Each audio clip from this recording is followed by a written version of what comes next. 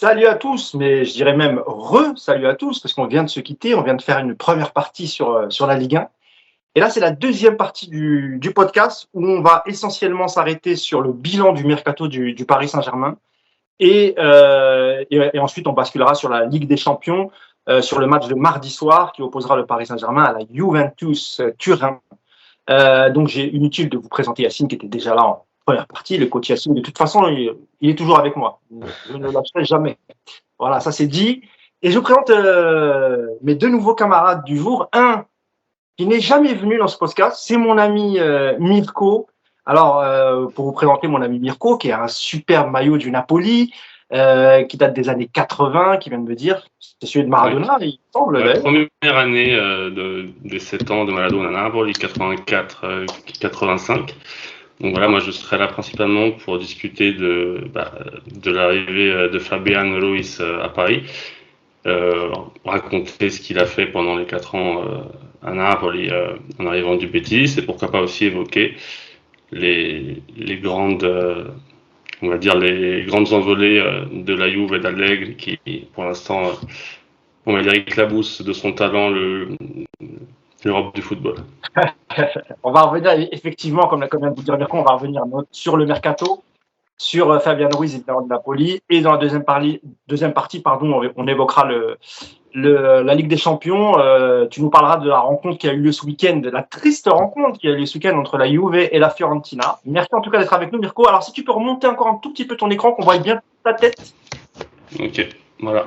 Parfait, c'est formidable, très bien. Comme ça, on voit toi, on te voit bien, c'est un beau gosse, Mirko. Ce serait dommage qu'on fasse la moitié des beaux gosses. Tout est relatif, tout est relatif. Italien, il est pas algérien. Non, je déconne évidemment. Et ça, c'était pour la transition. C'est mon ami Abdellah Boulmal, grand spécialiste du mercato sur Twitter. Salut Abdellah, comment ça va? Salut Mousse, salut tout le monde. Et l'autre, il rigole en arrière-plan. Il croit que je ne l'entends pas. Comment vous allez? Ça fait plaisir de vous revoir. Écoute, ça va bien. On est très content de t'accueillir. Ça faisait très longtemps que tu n'étais pas venu nous voir, mais on a du mal à s'attraper. Très compliqué. Je sais que tu as un emploi du temps hyper. T'es très sollicité du côté de Nantes, visiblement. Enfin, c'est ce qu'on m'a dit. Hein. Espèce de mytho, tu m'as recalé quasiment tous les 6 mois. Parce que je suis un peu comme. Mais vous êtes vraiment des mythos. Je suis un peu comme Yacine. Hein. Tu sais, je vais aux États-Unis, au Canada, en Afrique. Il fait la tournée des Ducs. Comme disait un célèbre rappeur qui a fait un concert hier au Stade de France, t'es dans le turfu, quoi. Je suis dans le turfu à mort. Très bon concert au passage. Non, mais ça me fait plaisir de vous revoir. Hein. Ça fait si longtemps, Mousse. Hein. Ça fait plaisir de participer à cette émission. Alors, en tout cas, nous, on est ravis de t'accueillir. Et comme je le disais, on va tout d'abord parler du bilan du mercato. On va pas revenir sur toutes les arrivées parce qu'on va débriefer, mais on va quand même revenir sur les 2 dernières arrivées et sur la non-arrivée aussi de Skriniar. De Milan Skriniar de l'Inter. Donc, on va revenir sur le transfert de Fabian Ruiz du Napoli au PSG et de Carlos Soler de Valence au Paris Saint-Germain. Sur le bilan global du mercato du PSG, je vais te donner la parole, Abdellah. Effectivement, il y a eu beaucoup de départs, hein, c'est ce qui était prévu. Peu de ventes, très peu de ventes. On a eu Kehrer et Kalimundo, il me semble, hein, je dis pas de bêtises, en vente sèche, et Idrissa Gueye, pardon.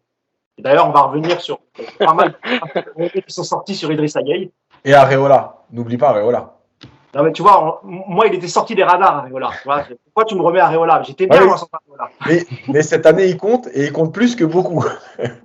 C'est vrai. Est-ce que tu as la somme? Tu as le montant, Yacine, du transfert? C'est 9 millions, je crois. 9 millions d'euros, c'est pas mal. C'est pas mal. C'est très bien, c'est très bien. Oui, donc je disais, Abdellah, beaucoup de prêts, certains avec option d'achat, d'autres pas, très peu de ventes. Globalement, mission réussie pour la team Campos Antero sur les départs, même si on sait qu'il y a de la friture sur la ligne et on va y revenir. Voilà, exactement. Globalement, est-ce que tu trouves que le PSG, hormis peut-être l'attaquant qui voulait supplémentaire et le défenseur central, est-ce que tu trouves globalement que le mercato est réussi, Abdellah?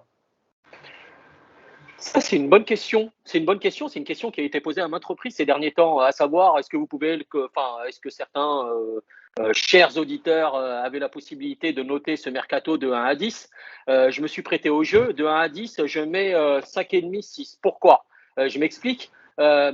Franchement, les gens ne se rendent absolument pas compte. Mousse, c'est ce que tu disais à l'instant, du chantier, mais du chantier mais énorme auquel a eu à faire face ce duo, ou même Antero Campos. Il y a quand même 26 départs. 26 départs, et il y en a qui estiment, il y en a qui trouvent aujourd'hui qu'on n'est pas content. Effectivement, il y a eu énormément de prêts. Le PSG va prendre en charge une partie du. Mais les amis, il faut savoir une chose. Je vous la résume en une phrase. Vous avez pendant 5-6 ans, sur les dernières années, donné des salaires à des joueurs de niveau de chapeau 2. Et des salaires normalement qu'on attribue à des joueurs de chapeau 1. Il est normal aujourd'hui de se retrouver dans cette situation. Il y a des mois, on en a parlé, on a dit qu'il serait difficile de faire partir tous ces joueurs. Aujourd'hui, je salue le travail immense d'Antero Henrique parce qu'il se fait démonter par la presse. Faut le dire, on reviendra peut-être dessus, il se fait démonter par la presse ou même par certains supporters parce qu'ils estiment que monsieur n'a pas fait le nécessaire et qu'on a… Mais attendez, il a fait partir des joueurs qui n'ont pas joué depuis 1 an et demi, voire 2 ans. Des joueurs il a constitué un loft, il reste simplement Icardi au sein de ce loft, forcément il touche un salaire mirobolant. Mais au regard de la situation, de l'environnement, de la crise sanitaire, des joueurs qui ne jouaient plus, c'est ce que tu disais à l'instant sur Areola, etc. Mais le mec, il faut le féliciter au regard de toute cette problématique. C'est-à-dire qu'il a répondu aux attentes. Je dis bravo monsieur, chapeau monsieur, 26 départs, mais aucun dirigeant au monde n'a fait mieux sur le marché actuel. Bien évidemment, on trouvera à redire sur certains aspects. Les prêts avec option d'achat, certains vont revenir, certains vont se relancer. Et je terminerai avec ça, Mousse. L'objectif principal, il a été missionné par le Qatar pour ça, c'était de diminuer la masse salariale. Regardez ce qui s'est passé il y a 2 jours ou 1 jour, le fair play financier. Enfin, le PSG s'est fait rattraper par le fair play financier. On attendait la sentence du fair play financier. Bon, ils paieront 10 millions, 60 avec sursis. Mais ils étaient obligés de composer avec ce fair play financier. Et encore une fois, chapeau Antero, chapeau Campos malgré tout, parce que voilà, il a fait partir. Après, au niveau des arrivées, c'est autre chose. Je suis mi-figue, mi-raisin. Au niveau des arrivées. Je pense que il manque évidemment un décès, on reviendra dessus. Il manque un autre attaquant aussi. Et il a pratiquement doublé tous les postes. C'était l'objectif. Mais sur les arrivées, je mettrais un 6 sur 10. Et sur les départs, je mettrais un bon 9 sur 10. Voilà. Merci Abdallah Boulma qui a sans doute avalé 3 canettes de Red Bull avant de démarrer ce podcast. Il a tellement d'énergie, il avait tellement de choses à dire. Merci Abdallah pour ton intervention. Mais on va revenir en détail après sur les départs et sur les arrivées. Je te donne la parole Mirko parce que c'est intéressant aussi de savoir, vu d'Italie, ce qu'on pense de ce nouveau PSG avec évidemment un joueur que tu connais bien, c'est Fabien Ruiz qui arrive du Napoli, ton club de cœur. Première question Mirko. Vu d'Italie, comment on perçoit ce nouveau PSG avec le nouveau tandem Campos-Galtier et puis après, on rentrera dans le sujet Fabien Ruiz. Alors, en Italie, la plupart des journalistes et des supporters a été quand même assez surprise de l'arrivée de Christophe Galtier sur le banc. C'est un nom qui est quand même, on va dire, malgré le titre glané par Lille il y a 2 ans, qui a quand même énormément surpris. Après, sur le marché des transferts et sur l'effectif, il garde quand même une très belle cote. En Italie, il est considéré comme un des 3-4 favoris pour la victoire finale en Ligue des Champions. Après, comment dire, c'est vrai que Paris s'est intéressé beaucoup à pas mal de joueurs de Serie A. Il y a eu le feuilleton Skriniar qui a duré quand même, on va dire, plusieurs semaines à plusieurs mois, qui, selon mes infos, selon ce que je t'avais dit, Mousse, déjà mi-juillet, a fortement été impacté par la non-venue de Bremer à l'Inter et disons son départ du Toro à la Juve. À ce moment-là, qui joue dans quel club en Serie A? Qui à Bremer?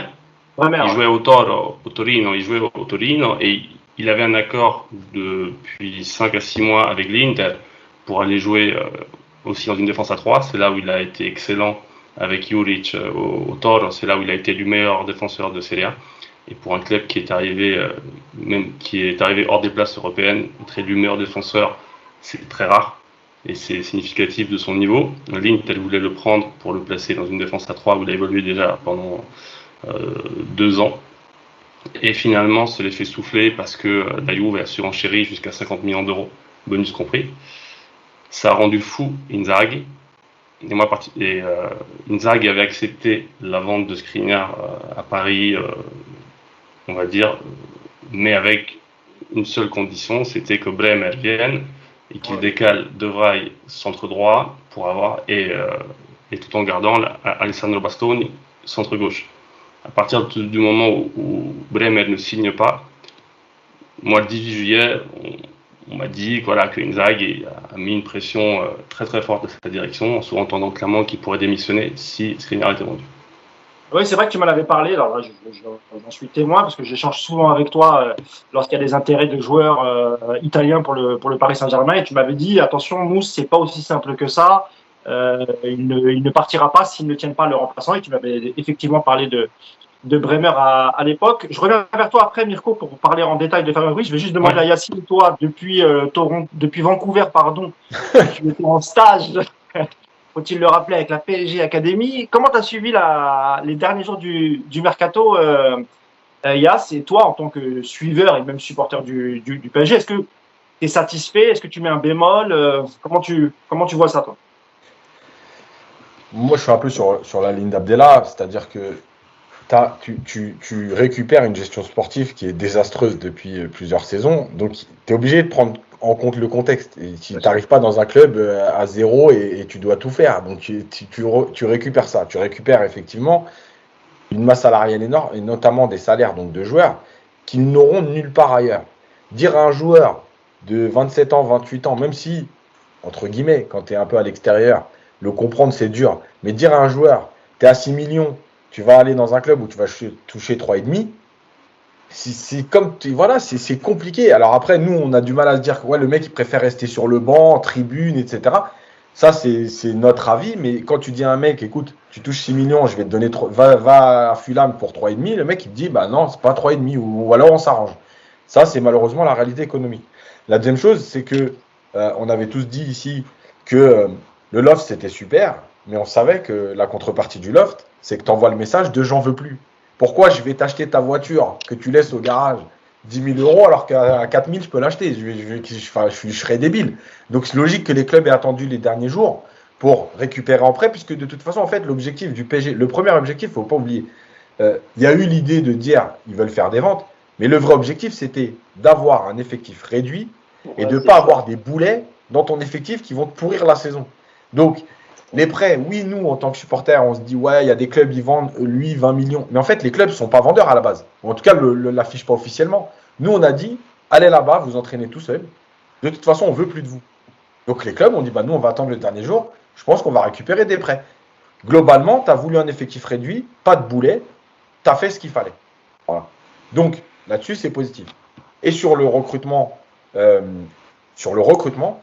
arrivées, tu as été plutôt cohérent dans les profils. Moi, je pense que Paris a décidé de se dire, de toute façon, à part, 4 matchs en Ligue des Champions, on va avoir le ballon. Donc, qu'est-ce qu'on fait? On décide d'avoir des profils plutôt techniques, polyvalents, qui parlent le même football au milieu. Après, effectivement, il te manque ton joueur devant. En tout cas, ce qu'ils avaient annoncé. Ils voulaient un attaquant et un défenseur, et un grand défenseur. Il te manque ces 2 postes-là. Est-ce que c'était primordial de faire le fameux panic buy, de dire on n'a pas Skriniar, donc il faut prendre absolument quelqu'un, et tu vas encore te tromper, comme ça s'est passé par le passé. Tu faisais des derniers achats le 29 août, et finalement tu te trompais. Voilà, il y a un mercato d'hiver qui va arriver, il y a une Coupe du Monde qui va être au milieu de tout ça. Ouais, est-ce que c'est pas le moment de te dire, ok, il y a un effectif pour faire la première partie de saison, on verra cet hiver, voilà. Et la dernière chose, c'est que finalement, dans tout ça, t'as essayer d'être cohérent. Et moi, je trouve que c'est la première fois qu'il y a en tout cas une cohérence entre l'entraîneur, le directeur sportif, et la ligne que tu veux te donner. Moi, je ne suis pas devin. Pour moi, un mercato, il y a un sentiment quand il est fait, et en fait, tu le valides à la fin de la saison. Personne ne peut savoir. Des fois, tu as des joueurs qui arrivent, tu te dis ils vont pas jouer, et puis c'est eux qui font la meilleure saison.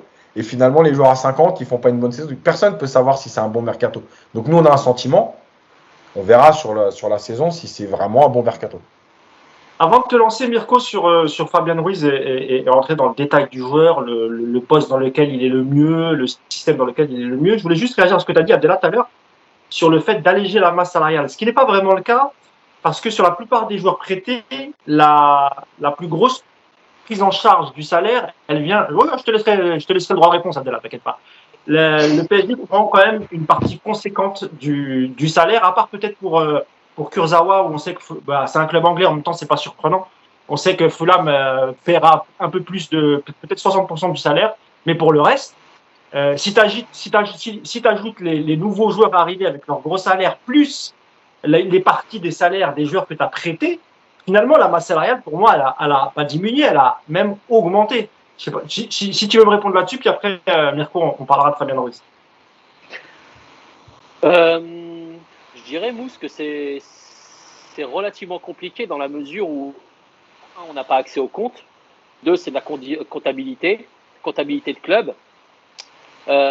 Tu sais pas trop. Moi, je pars du principe, je n'ai pas encore une fois les cahiers comptables du Paris Saint-Germain, je pars du principe que tu fais partir 26 joueurs, c'est quand même énormissime. Donc, tu te délestes de plus d'une vingtaine de salaires. Donc, tu es obligé de diminuer ta masse salariale. Et sachant, Mousse, que la plupart des joueurs qui étaient dans le loft et dont le PSG voulait se débarrasser, donc Gay par exemple, etc., pourquoi, pour quelle raison en fait il y a eu autant de difficultés à les faire partir, parce que ces joueurs-là ont négocié ce que disait tout à l'heure Yacine, c'est-à-dire que ces joueurs-là ont négocié des compensations salariales. Il me reste un an de contrat, je touche 6 millions au Paris Saint-Germain, je vais débarquer dans un autre club où je toucherai la moitié, donc je suis perdant. Donc vous me donnez une compensation salariale. C'est la raison pour laquelle les négociations ont mis tant de temps, se sont allongées dans le temps tout simplement. C'est le cas de Gay, c'est le cas de Navas, etc. Tous ces joueurs-là, le cas d'Icardi aussi, tous ces joueurs-là ont réclamé des compensations salariales. Mais pour répondre à ta question, je pense véritablement qu'ils se sont délestés d'un gros poids. Franchement, en faisant partir 26 joueurs. Je ne sais pas, enfin voilà. Je sais que les joueurs. Là-dessus, Abdallah, tu as raison. Le but premier, c'était d'écarter les joueurs qui ne jouaient plus et qui potentiellement pouvaient amener une mauvaise ambiance dans le vestiaire. C'était important pour Galtier de régénérer aussi son vestiaire, de ne pas garder les mêmes avec lesquels ça ne s'est pas passé. On a même l'impression qu'on a voulu casser un peu les clans, notamment c'est ça. Où on a fait partir Di Maria et Paredes pour que Messi peut-être soit peut-être un peu plus intégré avec les autres joueurs. Là où la saison dernière, effectivement, il y avait un clan brésilo-argentin qu'il fallait peut-être casser. Vas-y, Yacine. Non, je voulais juste faire une précision sur les compensations financières. Bien expliquer que, parce qu'on le voit beaucoup sur les réseaux notamment, ça arrive qu'au PSG, ça n'arrive pas qu'au PSG. Ça existe dans plein de clubs. C'est juste normal c'est la vie économique d'un club et des salariés. Il y a des joueurs qui demandent des compensations partout, sauf que nous, on vit en France, donc on suit plutôt le championnat français, mais ça arrive dans d'autres pays. Et je crois d'ailleurs qu'Alexis Sanchez, son contrat a été résilié et qu'il a aperçu une somme par l'Inter. Ça n'arrive pas qu'au PSG. Il ne faut pas croire que le PSG, c'est un club. Voilà. Il a bien fait c'est ce qui a empêché, on va dire, la non-résiliation de Alexis Sanchez, on va dire avant mi-juillet, a empêché l'Inter de signer Dybala et qui est parti après la Rome parce qu'il en avait marre d'attendre.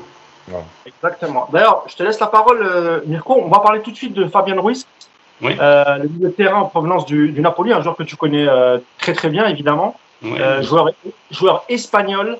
Andalou. Ouais. Et déjà, Mirko, est-ce que toi, tu sais à partir de quand ont débuté les discussions entre le PSG et le Napoli? On sait que c'est un vrai choix de Campos, validé par Galtier. Ouais. Première question, c'est ça. À partir de quand ça a négocié? Et la deuxième, évidemment, c'est selon toi, quel est son meilleur poste et quel est le meilleur système? Parce qu'on en a déjà discuté, toi et moi, et tu n'es pas convaincu par le double pivot du PSG. Tu réponds dans l'ordre que tu veux, Mirko. Hein. Ok. Alors, Fabien Ruiz, il y a eu des premières discussions avec Paris, on va dire au début de l'été. Attendez, juste Ouais. pour que ce soit bien clair, les amis, je vais vous demander à chaque fois que quelqu'un parle de couper vos micros, parce que quand on entend des bruits de fond, si ça vous dérange pas, Yacine Abdella, quand quelqu'un parle. C'est moi? Oh, je sais pas. Je sais pas, mais comme ça au moins ça évitera de faire du. D'accord. Ok. Voilà, tu peux y aller, merci. Alors, Fabien Ruiz, première discussion entre donc ses représentants et Paris au début de l'été. Lui, il est arrivé à l'été 2018 de Betis. Il est en fin de contrat l'année prochaine et il avait clairement en tête de signer au Real en fin de contrat pour rejoindre Ancelotti, même si bon, en foot, on sait jamais si Ancelotti sera encore entraîneur du Real la saison prochaine. Ancelotti avait en tête de faire venir libre en fin de contrat l'année prochaine. Fabien Ruiz a disputé 4 saisons à Napoli. Il a joué la première saison avec Ancelotti. Il joue en 4-4-2, principalement milieu gauche. D'ailleurs, le match au Parc des Princes, il joue milieu gauche dans un 4-4-2 avec Alan et Hamzik au milieu. Donc, première saison, il est un peu baladé dans un 4-4-2 et il joue les plus gros matchs sur le côté et aussi dans les deux au milieu. La saison d'après, avec principalement Gennaro Gattuso, il joue relayeur droit dans un 4-3-3. Et je pense que ça a été son meilleur poste. Et l'année dernière, il est avec Spalletti un peu baladé entre le 4-2-3-1 et le 4-3-3. Dans le 4-3-3, relayeur droit, parce qu'il a une frappe de gauche exceptionnelle. Et aussi dans le double pivot, dans le 4-2-3-1. Sauf que dans le double pivot, dans le 4-2-3-1, il a un joueur comme Anguissa qui est vraiment devenu un joueur de classe internationale. C'est pas le même profil que Verratti, en effet. Voilà. Moi, objectivement, vu les profils du milieu de terrain du PSG, je pense, après Anguissa, il a fait 1 an, il vient de signer, ça aurait été plus compliqué de le sortir, beaucoup plus compliqué, beaucoup plus cher.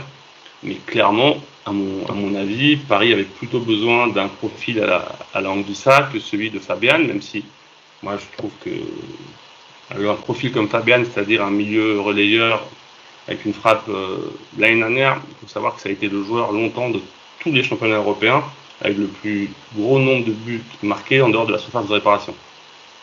Ouais, quand même. Fabian, il a fini à 7 buts, 7 frappes en dehors de la surface. Ça tu vois, cette qualité, elle manque au milieu du PSG. Hein. Ça fait Vincent Guérin. Non, mais ça fait 25 ans que le PSG n'a pas milieu de terrain relayeur avec une grosse frappe avec une grosse frappe des 20-25 mètres. Je sais pas, moi du peu que j'en sais.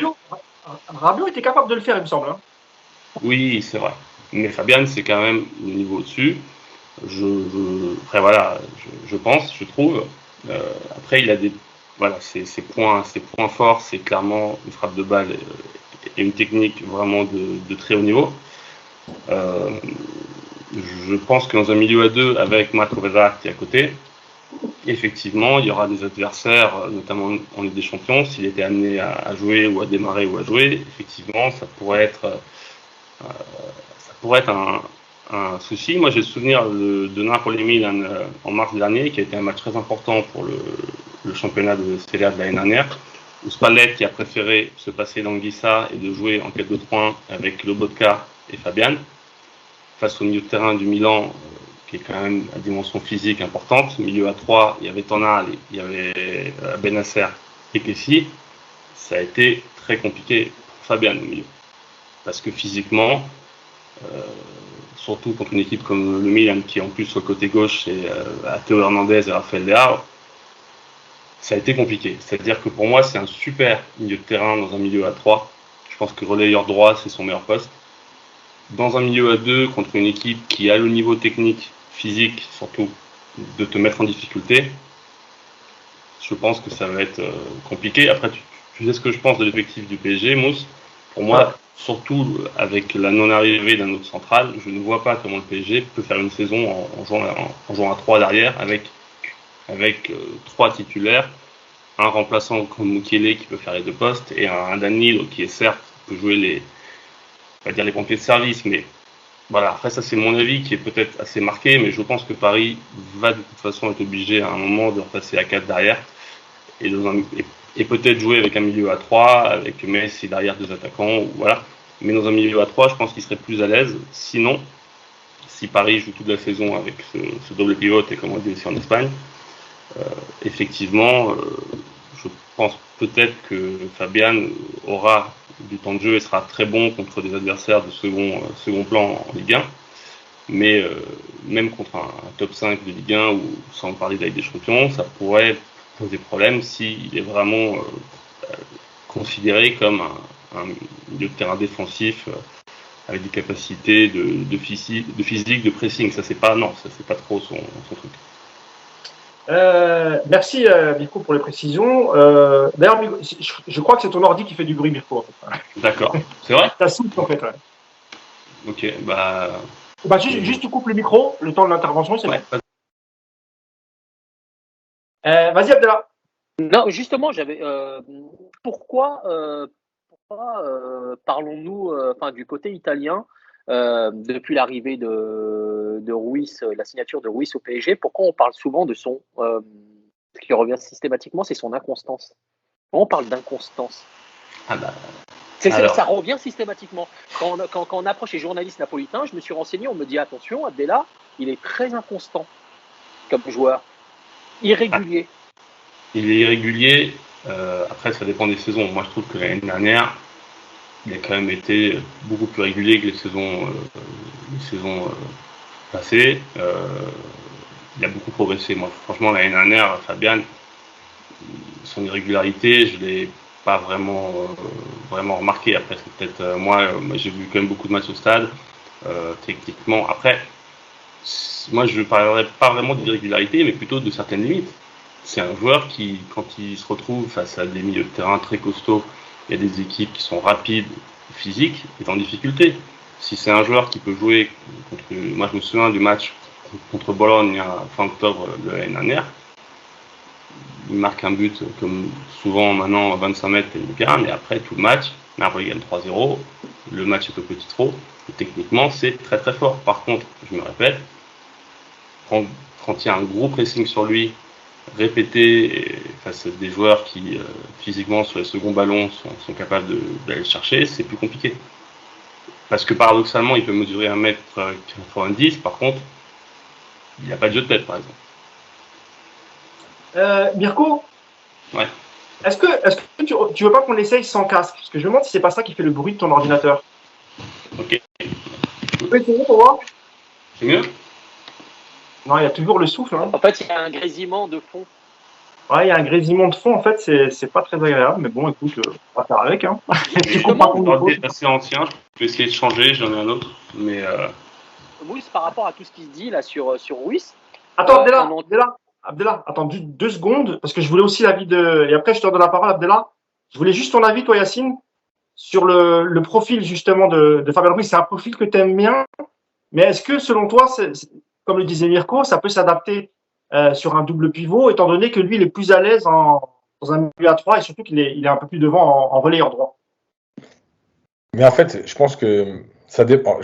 Franchement, ça va dépendre de si on parle de la Ligue 1, enfin, on va dire de 90% des matchs du PSG ou des 5 matchs qui vont compter. C'est ce que disait Mirko d'ailleurs. Ouais. Voilà. Dans 90% des matchs du PSG, dans ce double pivot, évidemment qu'il va se régaler parce qu'il parle le même football que Verratti. Parce qu'ils vont avoir le ballon 70% du temps et que bien sûr qu'il va trouver des passes qui font mal parce que sa qualité technique elle est excellente. Faut rappeler qu'il a été champion d'Europe espoir, je crois, avec l'Espagne. C'est la génération Ceballos. C'est des mecs qui puent le foot. Voilà, le foot pur, je parle, avec le ballon. Maintenant, dans les matchs où il va falloir mettre de l'impact, c'est pas un joueur d'impact. Donc qu'est-ce que tu vas faire de ton double pivot? À quoi te servent tes 3 défenseurs, etc. C'est ça la vraie question. Et là, on peut s'interroger, mais moi, j'ai pas la réponse, encore une fois. Hein, mais on peut s'interroger sur son apport, sur la complémentarité du duo en phase défensive. Faut rappeler aussi que Fabian Ruiz, c'est un joueur qui joue donc plutôt relayeur, plutôt haut, et qui est en train de reculer tout doucement. Et ses coachs disent aussi, tu vois, un peu à la Pirlo. Ils ont presque envie aujourd'hui d'en faire le Pirlo parce que, en fait, c'est un joueur qui a une excellente passe, qui a une excellente vision du jeu, qui sait se déplacer. Un peu comme Thiago Motta aussi. Tu peux faire certaines comparaisons, tu vois, dans ces jeux-là. Mais, par exemple, qui ne va pas apporter de l'impact dans le jeu, tu vois. Par exemple, si tu prends Renato Sanchez, ça n'a rien à voir, tu vois ce que je veux dire, c'est deux profils totalement différents. Alors, Maintenant, ouais, je crois juste que Mirko voulait te répondre sur la Ouais. comparaison avec Mota. Ouais. La différence entre Mota et Fabian, c'est que Fabian, c'est pas très bien défendre. Non, je parlais avec le ballon, justement. Oui, ah ok.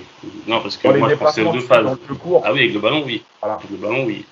Sans ballon, c'est l'antithèse de Mota. Voilà, exactement. C'est pour ça Vraiment, qu'il dit avec ballon, il va t'apporter ça.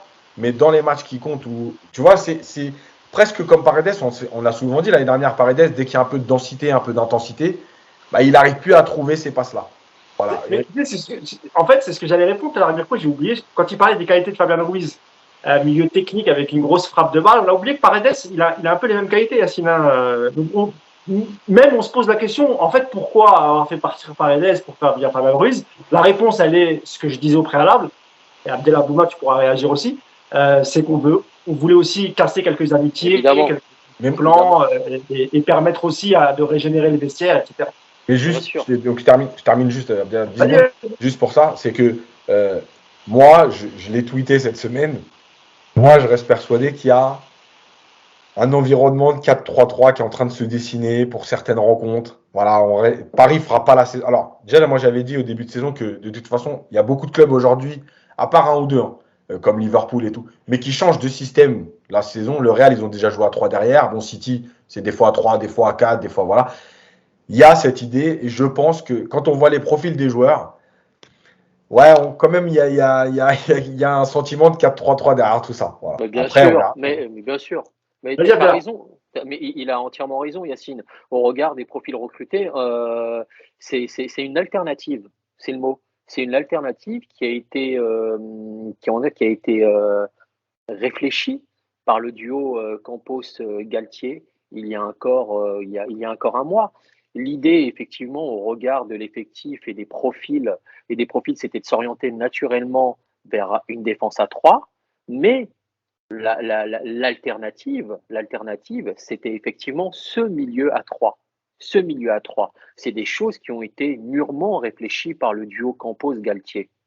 Quand j'ai appelé il y a quelques semaines, et qu'on m'a répondu attention, il va peut-être aussi passer à 3, je fais mais attends, l'effectif en l'état, on part sur deux pivots. On fait non, il réfléchit aussi à l'idée, à l'hypothèse de faire jouer 3 milieux.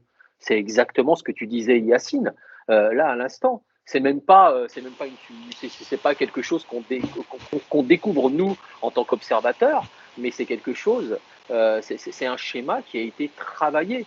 Je ne crois pas qu'en l'état ils vont partir sur l'idée directrice, c'est de partir avec trois défenseurs. Mais sur quelques matchs, comme tu l'as dit très justement à l'instant, c'est peut-être de repasser un milieu à 3. Ils ont l'effectif pour, et les recrues nouvellement, fraîchement arrivées, nous confirment un petit peu tout ça. Mais ce que tu disais tout à l'heure, mais rapidement par rapport à Fabian Ruiz, on fait bien d'avoir Mirko aujourd'hui. Il t'a rebondi dessus tout à l'heure, Mousse, c'est intelligent de ta part.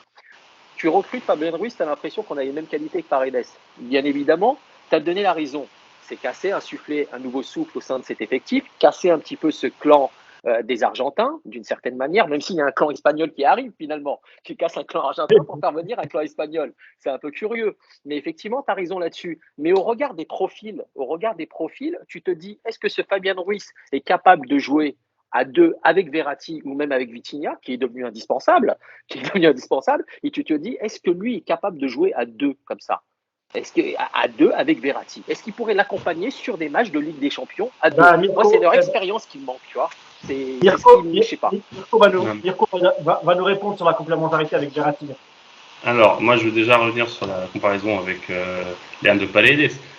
Pour connaître un peu le parcours de Paredes à Empoli, Roma, Zénith et après Paris, il faut savoir que Leandro Paredes, notamment en sélection, joue très très bas. C'est vraiment le 5 à l'Argentine. Alors que Fabian, je trouve que Paredes a des qualités comment dire en France, de sentinelle plus exacerbées que celles de Fabian. Leandro Paredes, il a quand même, je trouve,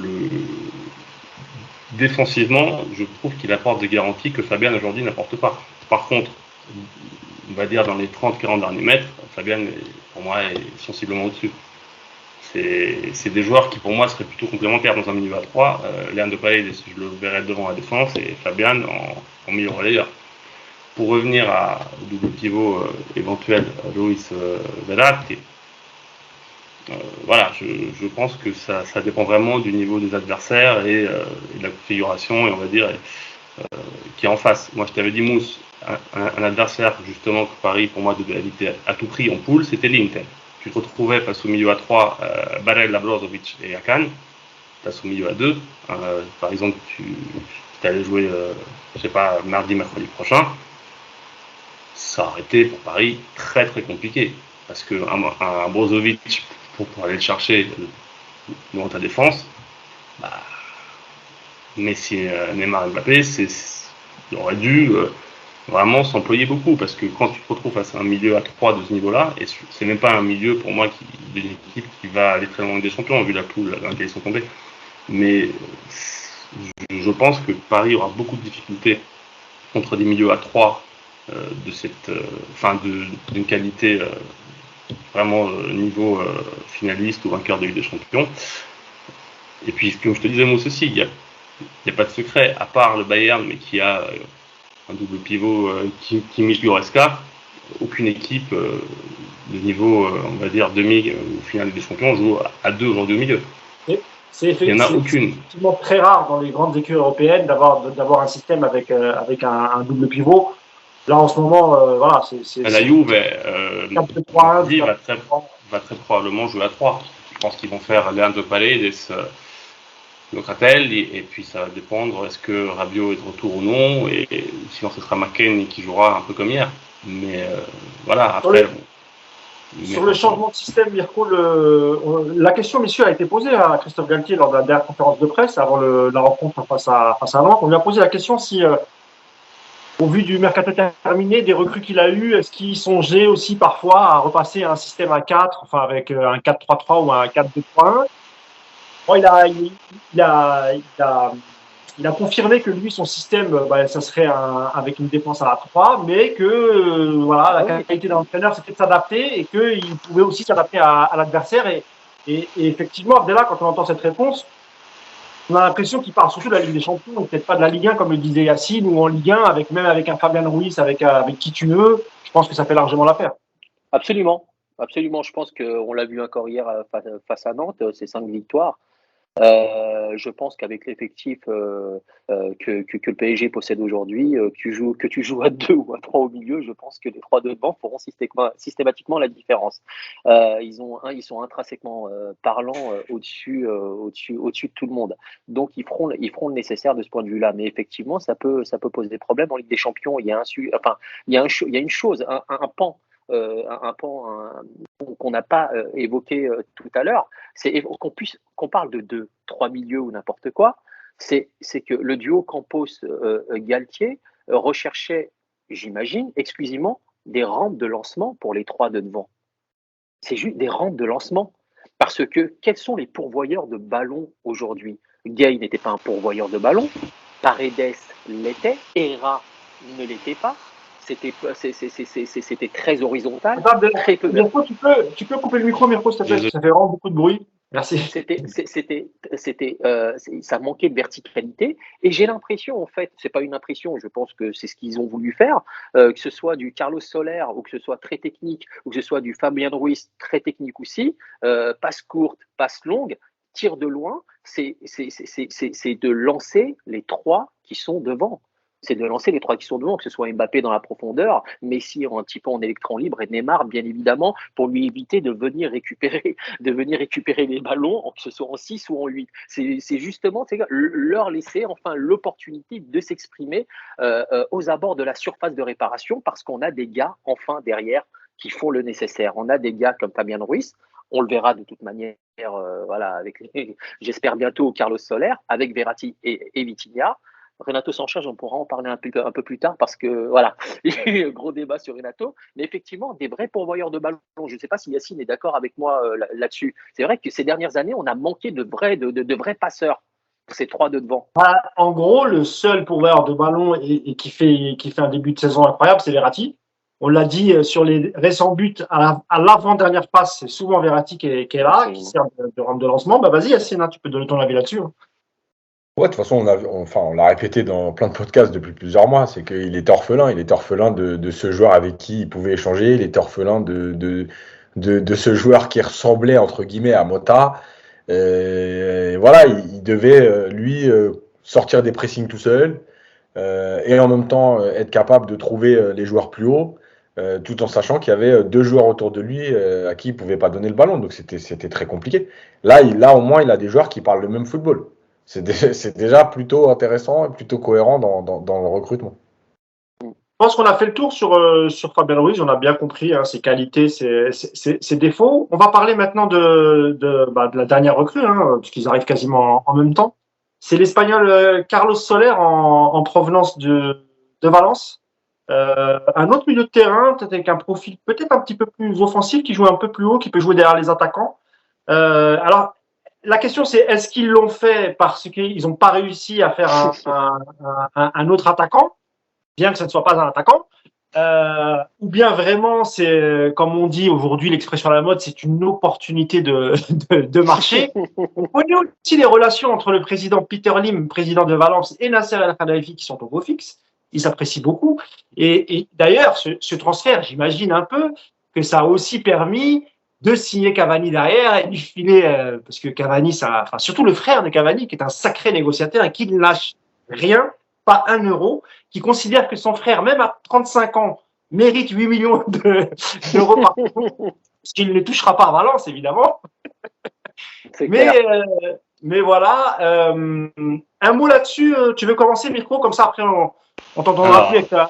Ouais, alors Soler, de ce que j'en sais, c'est un joueur, un milieu de terrain offensif qui peut jouer numéro 10 derrière 2 attaquants ou en 4-2-3-1, on va dire derrière l'attaquant, ou sinon milieu relayeur dans un milieu à 3. Ces postes, c'est un joueur, on va dire d'axe, c'est pas un joueur de côté du tout. Après voilà, on a vu des Perisic être capable à 33 ans de se reconvertir latéraux, donc après une carrière en tant qu'attaquant de côté, donc dans le foot, jamais dire jamais. Mais Soler, voilà, c'est un joueur plus offensif encore que Fabian Ruiz, qui dans le 3-4-1-2, je pense, peut être amené à jouer les alternatives sur le poste de numéro 10 derrière les attaquants. De toute façon, Paris aujourd'hui, c'est ça. Il y a 3 titulaires et en 3 alternatives, c'est Salah, Béa, Soler et Kitike. C'est les 3 joueurs qui vont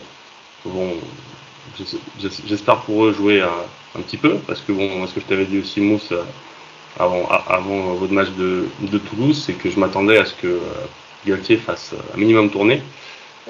Et moi, je m'attendais après le match de Monaco à plus revoir en fait le trio titulaire ensemble de la semaine. C'était faire 60 minutes, 30 minutes sur les 2 matchs et puis les voir en fait les 3 ensemble du tout.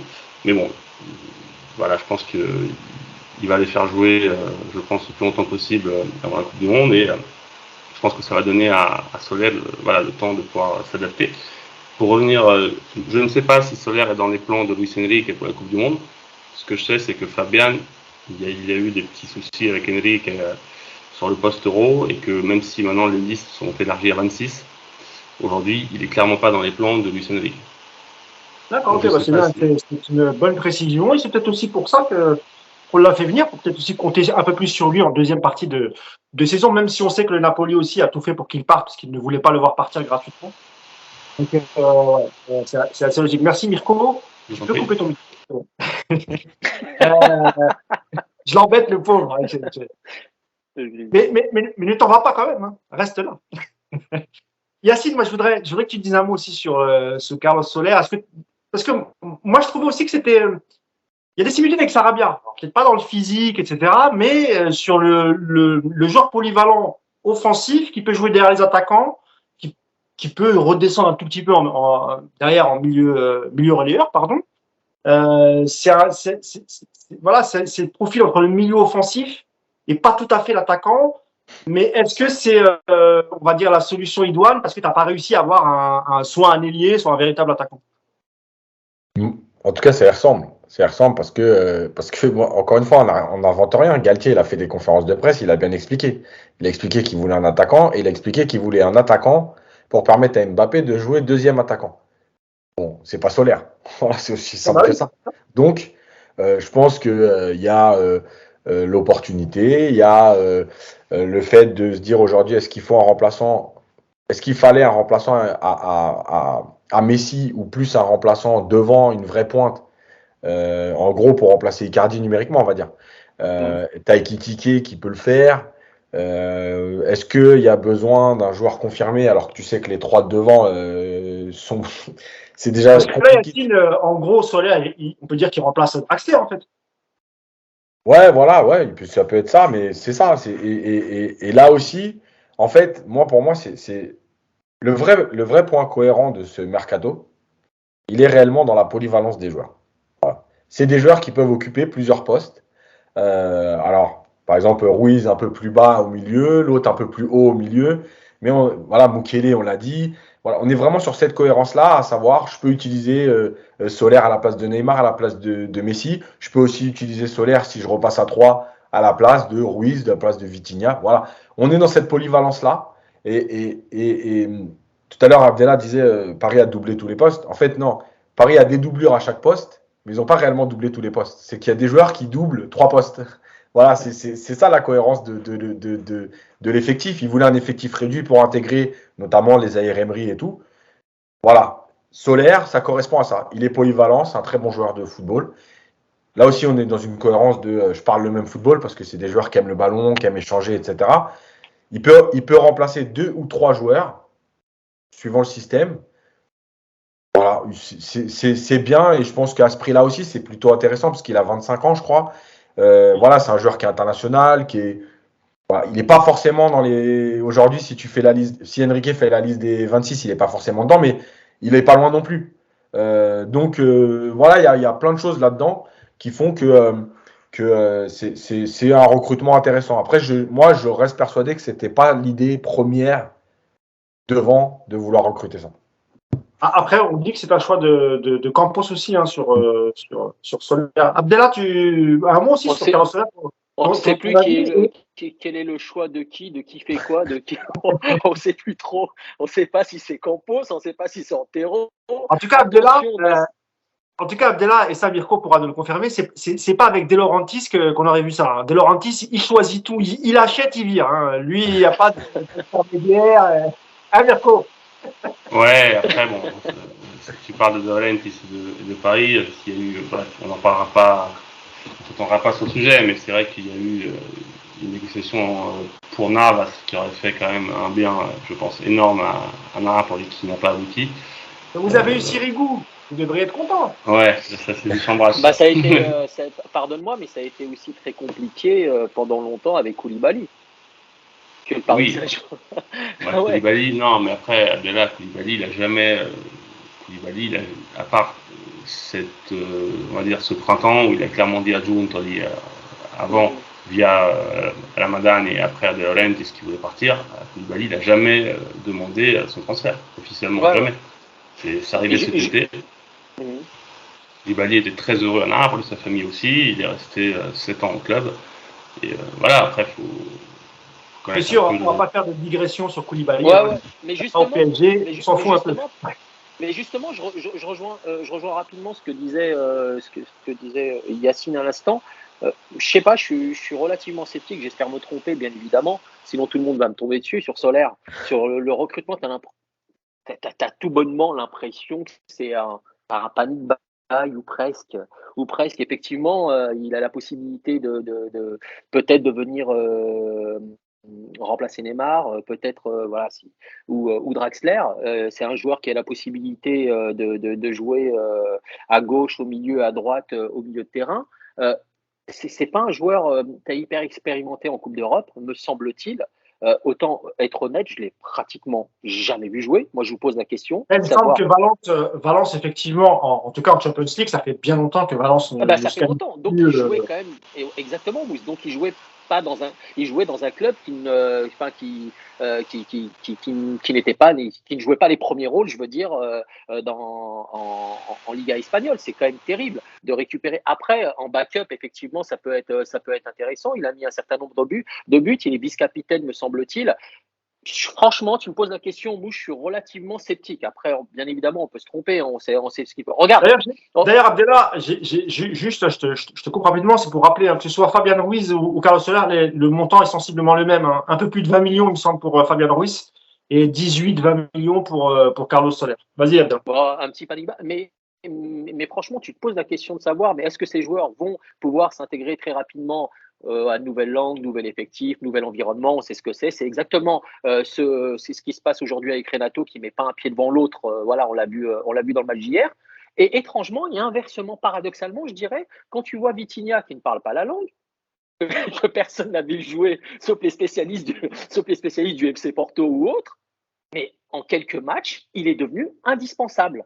Donc, tu as ces joueurs-là, en fait, que tu vois arriver, que tu connaissais pas grand-chose d'eux, sauf sur les stades de transfert market, qui arrivent à se fondre dans un effectif comme Vitinha, et tu en as d'autres comme ça qui ont du mal à s'intégrer, à s'incorporer, à se lâcher au sein d'un tel effectif. C'est vraiment paradoxal et c'est vraiment étrange. Et ça renvoie encore une fois ces deux recrues que sont Soler et Ruiz. Je me pose la question de savoir s'ils vont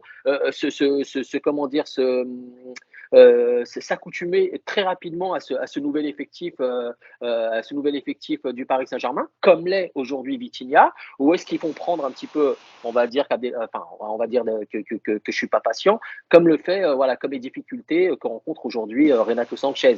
Donc je suis relativement sceptique encore une fois par rapport à ces deux backups, relativement sceptique. Ouais. En 30 secondes, d'où l'importance d'arriver en début de préparation. Vitinha, il est arrivé très très tôt, je crois, à Paris.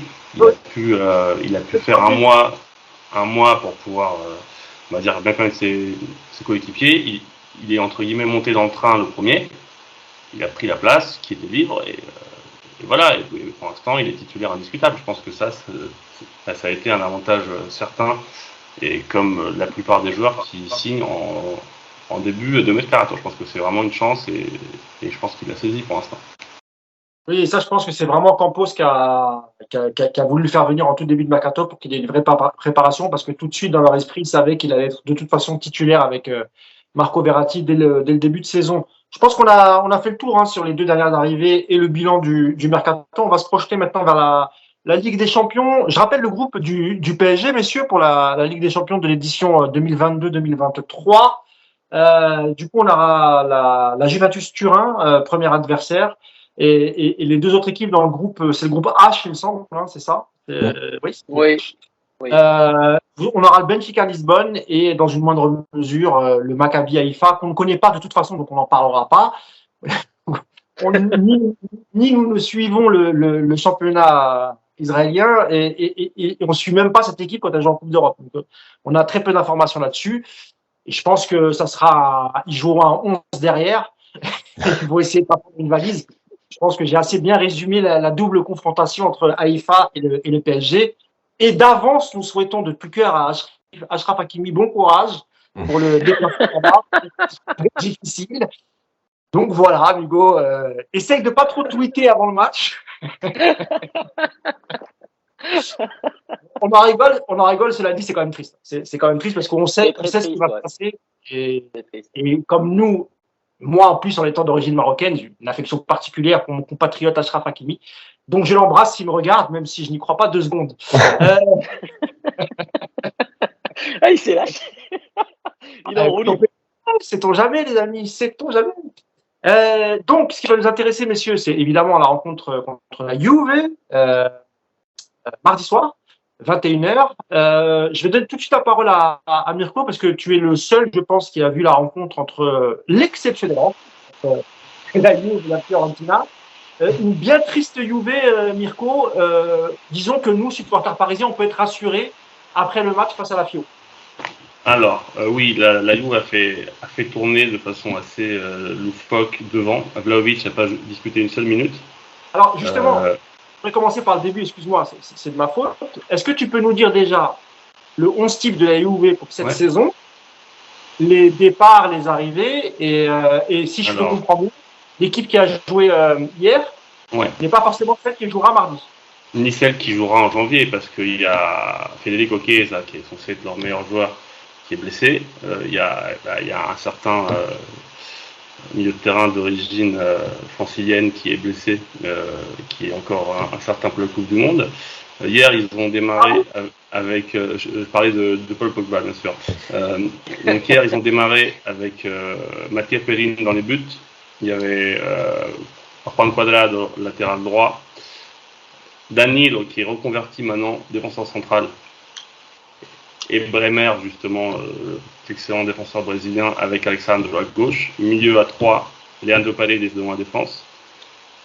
Locatelli et McKennie dans les, on va dire, en relayeur. Et devant Di Maria, Milik et Filip Kostic, joueur serbe aussi, meilleur joueur de l'année Europa League avec Francfort. Donc, ils ont fait un match, on va dire, 100% allègre. Ils ont ouvert le score de façon très improbable avec Milik qui a marqué on va dire du bas du ventre sur une frappe ratée de l'abdomen, on a dit. De l'abdomen, voilà, sur une frappe ratée de Kostic en contre. Et, ironie du sort, ils se font égaliser sur un corner mal négocié de la Juve en contre. Et à partir de ce moment-là, ils ont fermé la boutique.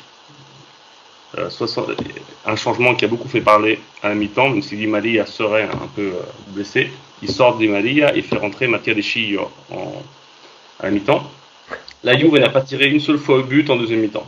Il n'y a pas une frappe, cadrée, il n'y a pas une frappe. En deuxième mi-temps, ils ont joué à 11 derrière. Contre une Fiorentina qui est une bonne équipe avec un très bon coach, Vincenzo Italiano, vraiment coach révélation. Avec une possession, Mirko, pour la Fiorentina de 60%, il me semble, possession de balle de la Fio. Oui. La Juve vraiment joué comme s'ils jouaient une place en finale de Ligue des Champions s'ils n'encaissaient pas de but sur la deuxième mi-temps et qu'ils étaient à 10 contre 11. Quoi. Non, mais il faut savoir que de toute façon, je ne sais pas si Yacine et Abdallah, vous le savez, Allegri, ça fait 4-5 ans qu'en fait, en Italie, il y a un consultant et ancien joueur très, très connu, très respecté, qui s'appelle Dele Alli, qui lui a en fait mangé le cerveau, qui lui a dit que c'était un coach qui savait pas bien faire jouer ses équipes, à l'époque où c'était vrai.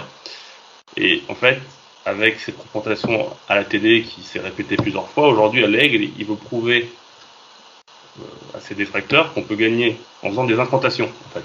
En faisant, sans tirer au but, sans jouer au foot, c'est possible de gagner des matchs. Et de le faire toute la saison. En fait. Son plan de jeu, c'est ça. Mirko, t'es sûr qu'il n'a pas eu une discussion avec Pogba à ce sujet-là? C'est bizarre. Tu parles d'incantation, tout ça. Très bonne celle-là. Mais non, mais c'est hallucinant. Après, je pense qu'il va essayer de s'inspirer du match de Monaco au Parc des Princes, sauf que je ne pense pas qu'il. Lui, hier, quand on a parlé du match de Paris en conférence de presse, il a dit, soyons réalistes, le match à gagner, c'est le match contre Benfica à domicile sur le deuxième match. Il faut savoir que la Juve, elle va arriver normalement comme si c'était une équipe de bas de classement de Ligue 2, parce que si c'est national, je crois qu'ils pourraient pas venir jouer au Parc des Princes de de France, mais ils vont venir jouer à 10 derrière. Après, à moins qu'il ait préparé quelque chose dont, en tout cas, que l'on n'a pas vu depuis des années, surtout à l'extérieur. Il faut savoir que la Juve a fait une bonne première mi-temps contre la Roma il y a une semaine à domicile. Et après, ils ouvrent le score au bout d'une minute sur un coup franc de Vlahovic vraiment magnifique. Et là, ils ont joué plus haut avec d'ailleurs des joueurs plus jeunes au milieu de terrain. Il y avait Timiretti qui est un bon joueur. Lui, c'est pas impossible qu'il démarre d'ailleurs. Milieu de terrain relayeur, très bon joueur. Ils ont ouvert le score vite et ils ont pu prendre la Roma à la gorge. Mais il faut savoir que même à domicile, contre le Spezia, qui est vraiment un tout petit club, ils ont mené 1-0 en première mi-temps. La deuxième mi-temps, mercredi, ils ont joué à 10 derrière. Contre une équipe qui va jouer le maintien, qui a un budget, il doit avoir 25 millions d'euros de budget. Bah, j'exagère, mais ils sont peut-être à 35, quoi. C'est une équipe qui va venir jouer au Parc des Princes de 0-0 de façon assumée, comme si c'était une équipe de deuxième division, troisième division, en Coupe de France au Parc des Princes. Ouais, mais pourtant, Vas-y Abdallah, puis après, de toute façon, là, on conclut et je donnerai la dernière parole à Yacine à la fin. Ouais, mais très rapidement, c'est vrai que j'ai vu le match de la Juve, c'est hyper pauvre, c'est très très pauvre collectivement parlant. Il n'y a rien, il n'y a absolument rien. C'est le néant. J'ai posé la question de savoir, voilà, enfin depuis le départ de Ronaldo, qui avait des problèmes avec Sarri parce qu'il voulait s'en délester déjà à l'époque, parce que c'est exactement les mêmes problèmes qu'il rencontre aujourd'hui à Manu. Peu importe, moi je pensais qu'avec les joueurs que composait cette équipe, ils avaient la possibilité, voilà, de prendre les choses en main, etc. Là, tu disais à l'instant, Mirko, qu'ils étaient regroupés à 10 derrière, etc. Est-ce que ce sont véritablement des consignes de Sarri, ou est-ce qu'on a des joueurs D'Allegri. Pardon. Sarri, ça fait un bout de temps qu'il est parti quand même, Abdallah. Ouais, mais je suis resté, tu sais quoi, je suis allé voir tellement de matchs là-bas que j'ai le visage de Sarri. Tu sais Abdallah, tu sais que Matuidi ne joue plus à la Juve. Non. Oh là là.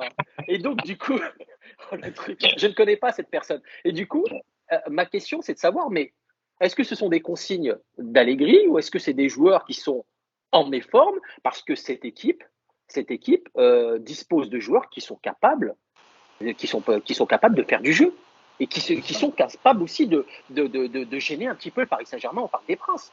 J'en suis convaincu, quoi. Alors, Mirko, tu peux répondre rapidement à Abdallah et puis je donnerai la dernière parole à Yacine. Je suis tout à fait d'accord. Après, Allegri, son raisonnement, c'est qu'il doit estimer qu'il a des défenseurs qui sont plus à l'aise dans leurs 20 derniers mètres que comment dire en italien, à campo aperto, c'est-à-dire avec un terrain plus étendu, en face à face contre Mbappé, un Danilo contre Mbappé sur 20-30 mètres, il devrait pas avoir de jour, alors que dans la soirée de réparation, il sait en plus que Paris a pas de buteur à la Haaland ou à l'Aïka, qui était encore un joueur professionnel. Donc je pense qu'effectivement la Juve va jouer comme ça, va clairement jouer très très bas en essayant de densifier son milieu et de couper les transitions sur les 20-25 derniers mètres. Et puis voilà, va essayer de négocier les rares contres et les coups de pied arrêtés. Par contre, les coups de pied arrêtés, ça ils savent très bien faire. Il y aura, je pense que Di Maria devrait jouer. Kostic, c'est très talentueux. Et Vlahovic, c'est un très très bon numéro 9. Lui, pour le coup, il ne faut pas 150 occasions. Et il a même appris à tirer les coups francs. Il a marqué 2 coups francs sur 2 matchs consécutifs, ce qui n'était pas arrivé à la Juve depuis très longtemps. Pratiquement similaire. Ouais, c'est ça, exactement. Donc, non, c'est une équipe qui est très paradoxale, en fait. La Juve, sur le papier, c'est typiquement l'équipe qui est capable de, sur un malentendu, même si je pense que voilà, mardi, il faudra vraiment un gros malentendu, de venir faire un résultat au Parc des Princes et ne pas battre le Benfica à domicile. Et même pourquoi pas être embarrassé par le Maccabi, par exemple. Merci Mirko. Yacine, pour conclure, et je donnerai aussi un dernier mot à Abdallah. C'est vrai que la Juve ces dernières années, et notamment celle d'Allegri, comme le disait Mirko, c'est un peu triste, un peu pauvre. Tu t'attends à quel match? Tu es d'accord avec Abdallah et Mirko en pensant que la Juve va venir en essayant de jouer le 0-0, en tout cas le match nul, pour espérer après battre Lisbonne et essayer de gratter cette deuxième place? Ou c'est la Ligue des Champions et on sait que les équipes parfois se mettent en mode Ligue des Champions. On sait qu'il y a Di Maria qui est là. Alors il n'est pas spécialement revanchard. Il a eu un beau départ du PSG, sans doute moins bien avec Leonardo évidemment, mais ce que je veux dire par là, c'est que le public l'adore, etc. Et ils ont recruté un buteur en la personne de Milik en provenance de l'Olympique de Marseille. D'ailleurs, je le sens venir, la passe décisive de Di Maria pour Milik. Un ancien Parisien qui te la passe à un ancien Marseillais. Mousse, il y a Rabiot, hein. Lui, attention, il y a Rabiot qui devrait être de retour. Et lui, je pense qu'il va être accueilli d'une façon assez différente que Di Maria. Mais de qui tu parles? Nous ne connaissons pas cette personne. De qui tu parles? Je ne connais pas de Rabiot. Non, il y a 4 anciens de Paris. Il y a Keane aussi. Il y a Moïse Keane. Ouais, il y a qui Vas-y, Yacine, sur la Juve. Bah, en fait, le problème, c'est qu'il y a plein de choses, mais il y a déjà les 2 dernières saisons. Il faut rappeler quand même que la Juve se qualifie en Ligue des Champions la dernière journée du championnat il y a 2 ans. Enfin, pas la saison dernière, la saison d'avant. À la dernière journée. C'est-à-dire qu'ils sont en souffrance déjà depuis 2 ans.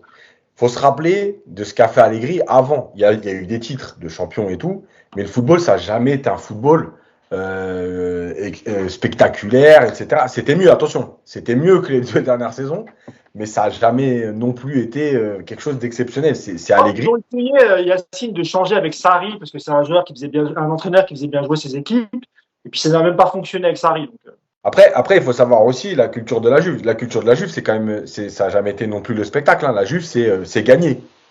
Donc le spectacle, on n'est pas à Madrid ou à Barcelone. Hein. Eux, c'est le résultat qui compte. Tout à l'heure, Mirko parlait de ce que fait Allegri dans son duel avec certains médias, etc. Et moi, j'ai un parallèle. C'est un peu ce qu'a fait Mourinho pendant 10 ans avec sa guerre avec Guardiola. C'est des mecs qui veulent prouver que, en fait, le nouveau football, en fait, on ne gagne pas qu'avec le nouveau football. Et eux, ils veulent montrer qu'on est quand même capable de gagner. Alors, Mourinho un peu moins à la Roma, parce que je trouve qu'il y a quand même des matchs qui sont plutôt intéressants et tout. Mais pendant un moment donné, entre sa guerre avec Guardiola, bon, c'était devenu une caricature de football, quoi. Donc voilà, il y a tout ça. Et puis, il y a le recrutement de la Juve. Le recrutement de la Juve, il est quand même compliqué depuis 2-3 saisons aussi. Quand tu vois les joueurs qu'ils prennent, c'est pas des mauvais joueurs, mais c'est pas des joueurs. Enfin, moi, je le dis souvent en rigolant, mais je le pense quand même. Sur les 30 derniers joueurs de la Juve, tu en as peut-être, allez, je vais être gentil, 5 qui auraient eu un contrat il y a 10 ans. Tu vois, c'est des joueurs que la Juve n'aurait jamais regardés. Faut pas mentir, Rabiot, etc. C'est des joueurs que la Juve n'aurait pas calculé à une certaine époque. Aujourd'hui, ils sont obligés de faire avec parce qu'économiquement, c'est compliqué. Ils font d'ailleurs beaucoup de joueurs en fin de contrat comme ça. c'est ce que j'allais dire, Yacine. Concernant Rabiot, c'était Rabiot et Matuidi, par exemple, deux ex-parisiens, typiquement en fin de contrat, qui arrivent libres. Oui, voilà, il y a un peu de tout là-dessus. Et puis, il y a aussi ce que fait Allegri sur le terrain.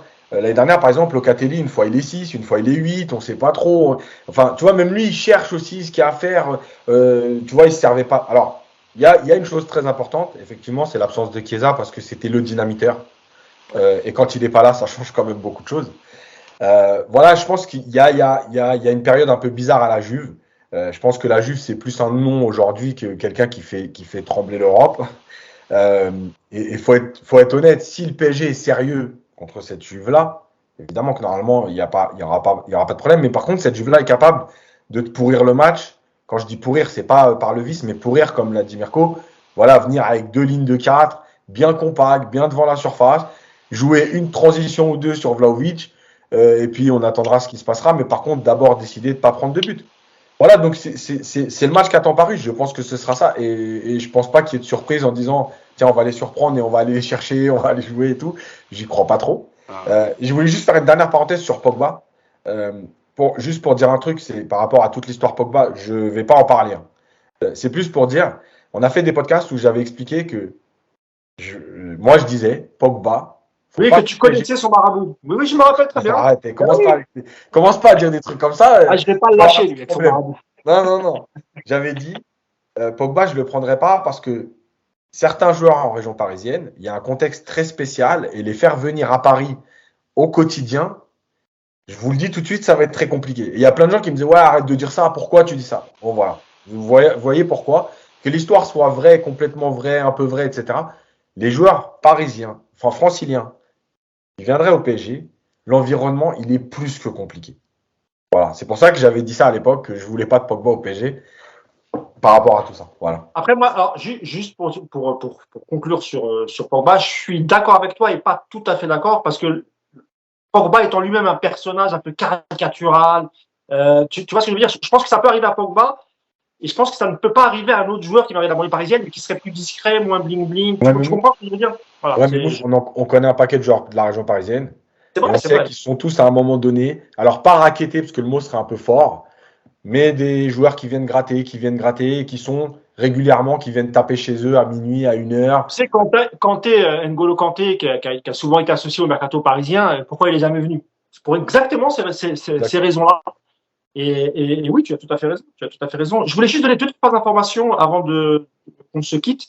Je sais pas. D'ailleurs, je sais pas. Abdallah, si tu voulais dire un mot sur la Juve, t'as pas beaucoup entendu. Non, Si tu non, veux non, non, ils ont fait le tour. Yacine et Mirko ont très bien résumé la situation. Je pense qu'ils vont venir, ils vont bloquer derrière. Attention, attention au contre. Mais ceci dit, on n'a jamais battu la Juve dans l'histoire. On n'a jamais battu la Juve. Donc, je me souviens de 97 où j'étais au stade et on avait pris un 6-1. J'en ai pleuré en 97. Donc, non, attention quand même. Mais bon, Yacine a raison. On doit, enfin voilà, si le Paris Saint-Germain est relativement, enfin, est sérieux, non, ça doit passer easy. Juste pour conclure, je voulais donner les dernières informations côté départ du Paris Saint-Germain pour être tout à fait clair. Il ne reste plus qu'un seul joueur dans le loft, entre guillemets, c'est Mauro Le Icardi. vainqueur du loft. Voilà. On a appris hier le départ définitif de Rafinha pour un club qatari, mais ça se sentait parce que voilà, Oui, on sait qu'Antero, il est directeur sportif de la Qatar League, donc ça c'était une évidence. Pour le reste, juste faire un petit point sur Game, parce qu'on a entendu beaucoup de bêtises dans les médias, et comme on aime bien relayer les gens qui ont des pastilles bleues, ou bien des journalistes qui viennent du même pays que notre ami Mirko.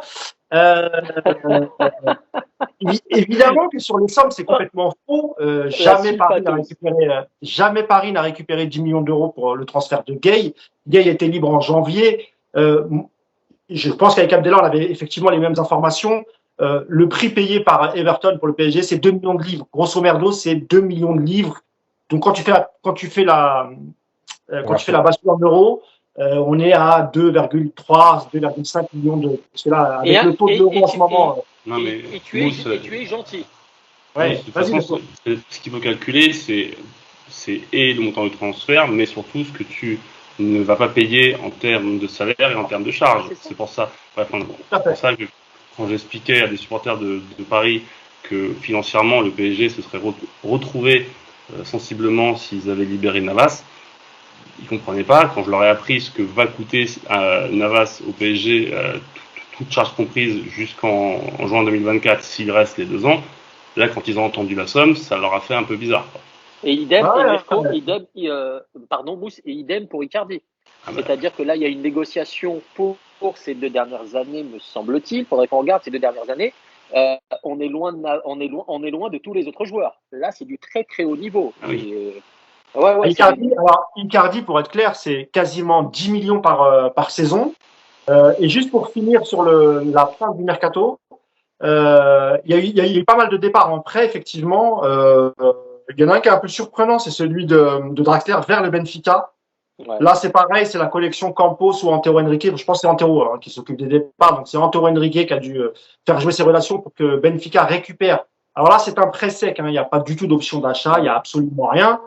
On a vu aussi le départ de Lewin Kurzawa pour Fulham, un club londonien. Là, il s'agit d'un prêt avec option d'achat et une grosse partie du salaire est pris en charge évidemment par Fulham, qui a les moyens parce que c'est un club de première ligue. Et puis, on a assisté aussi au départ d'Herrera vers l'Athletic Bilbao, Wijnaldum qui était parti lui bien avant à la Roma, Gay, on vient d'en parler vers Everton. Pareil pour Paredes qui quitte le PSG avec un prêt et une option d'achat située entre 15 et 20 millions d'euros pour la Juventus Turin. Et donc, il reste qu'un seul joueur, c'est Mauro Icardi, sachant que le marché turc, parce qu'il y a des ouvertures à Galatasaray, et on parle même de Beşiktaş, il me semble que c'est Fenerbahçe, pardon, qui sera en train de danse. Et Beşiktaş aussi aux dernières nouvelles, mais je pense que ça va finir à Galatasaray. Voilà. Étant donné, le marché, du coup, pour les Turcs, il se ferme le 7 septembre, il me semble, si je dis pas de bêtises. Le 9, c'est pas le 9 ou le 7? Le 8, peut-être. Le 8, on a fait le 7, on a fait le 8, on a fait le 9. C'est le 8. Dans quelques jours, dans 3-4 jours. Donc voilà, c'était pour faire le point complet des départs. Donc on verra d'ici quelques jours si Icardi continuera à bouffer des barbecues sur Paris ou goûtera les Adana, les kebabs en Turquie. C'est ce qu'on lui souhaite. On mange très très bien en Turquie, je tiens à le préciser. Ah, magnifique. Exceptionnel. Super. Je voulais absolument vous remercier. Mirko, merci beaucoup d'avoir été avec nous. Malgré un ordinateur très bruyant. C'est pas grave. Je vais essayer de t'envoyer un billet, Mirko, pour que tu puisses investir. Le pire, c'est que j'ai l'autre, mais j'ai pris celui-là. C'est pas grave. Je te taquine, il n'y a aucun souci. C'est les aléas du direct. C'est pas très grave. L'essentiel étant le contenu de tes arguments qui était formidable. Pour le reste, ce n'est pas bien grave. Abdallah Boulma, Le grand Ah, sorcier merci. du mercato de Ouais, Twitter. j'aime bien quand ils m'appellent Abdelaboulma, quand ils mettent mon nom, là, ces deux-là, c'est insupportable. Parce que normalement, on commence toujours par le grand Abdelaboulma. Ouais, c'est ce qu'a dit, oui, c'est ce qu'a dit Yacine la dernière fois, là. Il va falloir qu'on se voit, là. Ça va pas du tout. Mais en tout cas, merci à vous, c'était super intéressant et instructif. Merci beaucoup. Et surtout, je veux remercier vraiment particulièrement Yacine, parce que d'abord, c'est mon ami, c'est mon frère. Et surtout parce que il n'a pas dormi de la nuit. Il revient de Vancouver, pardon. Il n'a pas dormi de la nuit. Il n'a pas dormi ce matin. C'est un gars adorable. Il est toujours là, très professionnel. Je le dis en direct, que vous sachiez à qui vous avez affaire. Yacine est une personne en or. Merci. Il aurait pu me dire, hey, va te faire bip, je vais aller dormir mort. Il est quand même avec nous. Donc voilà, je voulais vraiment te remercier, Yacine. Merci beaucoup pour ta fidélité, pour ta disponibilité, mon ami. Merci à tous. Et on se retrouvera sans doute mercredi pour débriefer la rencontre face à la Juve. Et Mirko, je ne trahis pas un secret, tu es napolitain. Évidemment que tu vas supporter Paris mardi. Je pense que bon, de toute façon, ça va être. Je pense que Benfica a beaucoup progressé ces derniers mois, mais bon, Paris a tiré une poule qui, sur le papier, devrait lui permettre de se qualifier sans trop de problèmes, ce qui aurait pu ne pas être le cas quand vous voyez la poule du Bayern, ça aurait peut-être été différent. C'est pour ça que c'est un match. Est-ce que tu peux lâcher aller Paris, par exemple? Allez Paris, ouais. Ah, bah voilà. Mais il faut le dire, hein, c'est vrai, parce que historiquement, les ultras du PSG et les ultras Napoli s'entendent très bien. Ça, alors, c'est plus compliqué que ça, mais je te raconterai l'histoire. D'accord. Bon, en gros, tu dis que c'est pas grave. Non, c'est le cas entre les U72, les U72 et le Cassos. Oui, c'est ça. Parce que je sais que j'avais vu lors de la dernière confrontation qu'il y avait eu des échanges entre les deux groupes de supporters, la Cassos Team et une partie des ultras du Napoli. C'est marrant parce que les Marseillais aussi revendiquent une proximité avec les Napolitains. Donc Oui, mais il y a après quelque chose qui passe. On va dire qu'il y a une amitié aussi de certains groupes, d'un certain groupe parisien avec les amis de la Roma, enfin qui sont amis avec la Roma, qui est considéré par d'autres groupes de la B et de la A. Bref, de toute façon dans ce milieu-là, bref, je vais pas trahir de secret, c'est rien n'est blanc et rien n'est noir. C'est ça.